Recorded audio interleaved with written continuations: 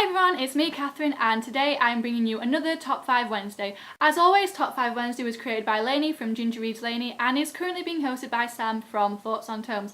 I will leave all the appropriate links in the description below for you to check out if you haven't already. So, what's the topic? This week we are looking at our favourite minor characters, and here are 5 of mine. So first up, we have a couple of video game characters that I just wanted to talk about, wanted to mention. Just sort of spread the love for these characters that maybe don't get as much love as they should, but they might do, I don't know.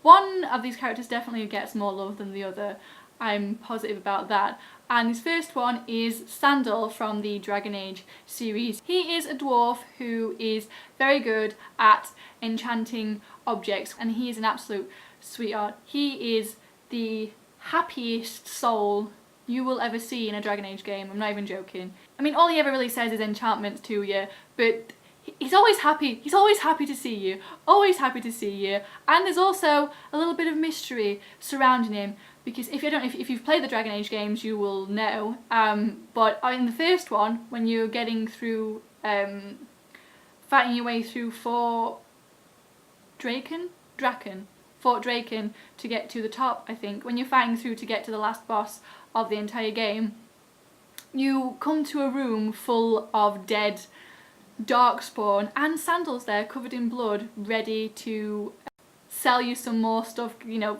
top you up on your health potions or whatever, and you don't even know how did he kill all these darkspawn, or did he find them this way, and how did he even get there? And then in the second Dragon Age, the similar thing happens. He gets lost in the Deep Roads, which is a place I hate. He gets lost in the Deep Roads, and then you go through and you find him stood next to a dead, frozen, actually I think it's frozen, ogre. Like, how did he do that? He's a dwarf. Dwarfs don't do magic. How did he freeze this thing? Did he do it with an enchantment? What kind of enchantment? What kind of, how, Sandal? How have you survived? Like, how have you survived this far in the Deep Roads? Like, I can't walk 5 minutes in the Deep Roads without getting attacked by darkspawn. How have you done it all by yourself when you don't appear to have any weapons on you? And you're a dwarf, so you have no magical skills, so how? How do you do it? Who knows? And then the mystery deepens in the third Dragon Age game, Dragon Age Inquisition, where you are in the Fade and you go around the back of this sort of library and you find a camp, and in it is a diary which just says enchantment on I can't say enchantment on every day, just like with an exclamation mark or something. Like, how? Dwarves can't, they're not magical, they have no connection to the Fade, so how, Sandal? Who are you?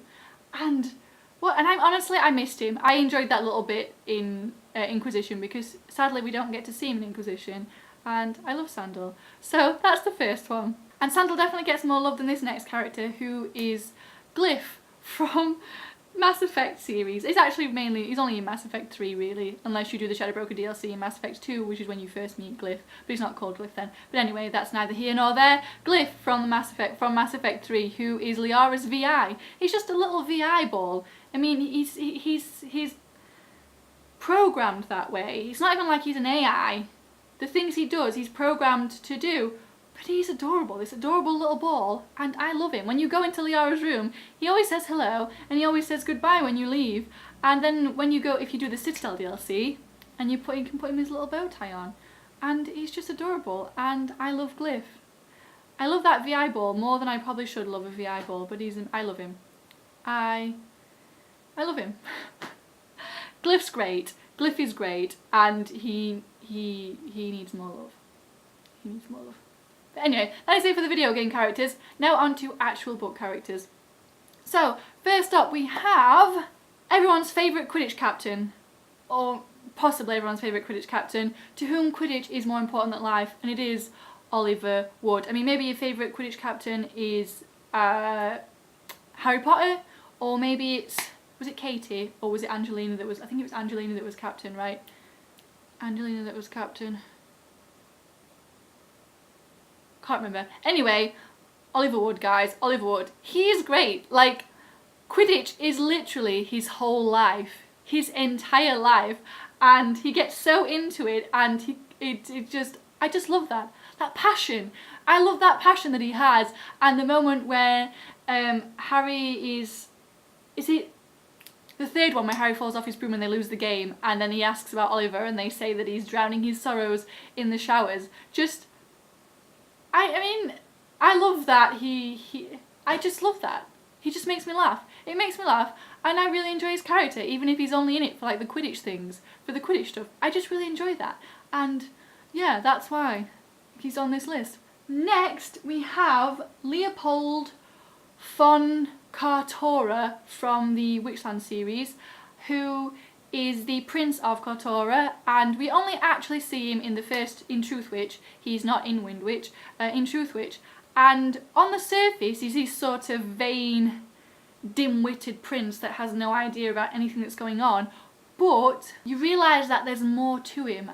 We didn't get to see a lot of him in Truthwitch, but from what I did see, I really enjoyed his character, and I really hope that we get to see a lot more of him in the series in future, which I'm sure we will, because there's loads more of him to discover, loads more of his character that I want to see, because he's not what he appears.